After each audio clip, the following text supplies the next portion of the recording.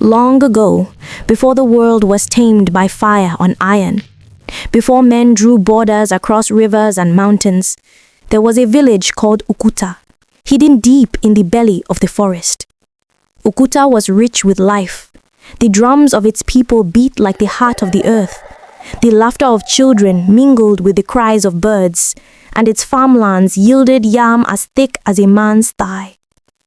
But Ukuta carried a darkness. Her name was Ngozi, and she was the witch who defied death. No one remembered when Ngozi was born.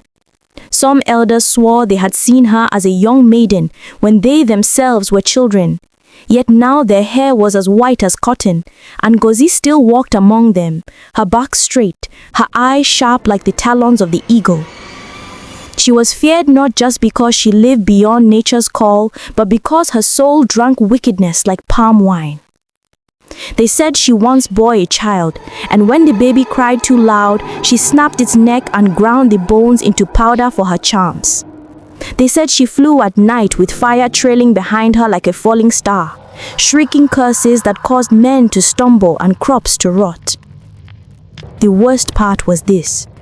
Whenever the villagers tried to kill her, she returned stronger. The first attempt came when the council of elders ordered her execution. They tied her to a tree and set it ablaze. Flames licked her flesh, smoke swallowed the sky, and people cheered. But when the fire died, Ngozi stepped out of the ashes, her skin unburned, her eyes glowing red like hot coal. The second attempt years later was even more brutal. Warriors bound her hands, cut off her head, and buried her body in separate corners of the forest. At dawn, her laughter rang through Ukuta, and there she was, whole again, walking into the marketplace, smiling as though mocking them.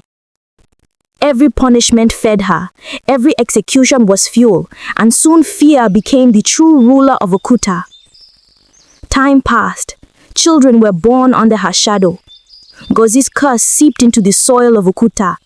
Women miscarried, men grew barren, goats gave birth to stillborn kids, and rivers dried before their season. Every harvest was poorer than the last, and every night the cries of the sick mingled with the chants of the witch. Generations suffered. Fathers told sons, beware Ngozi. Mothers told daughters, never cross her path.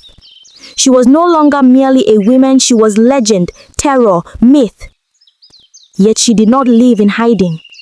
Her hut sat boldly at the edge of the village, covered in charms of bones, feathers, and carved faces that wept blood in the moonlight.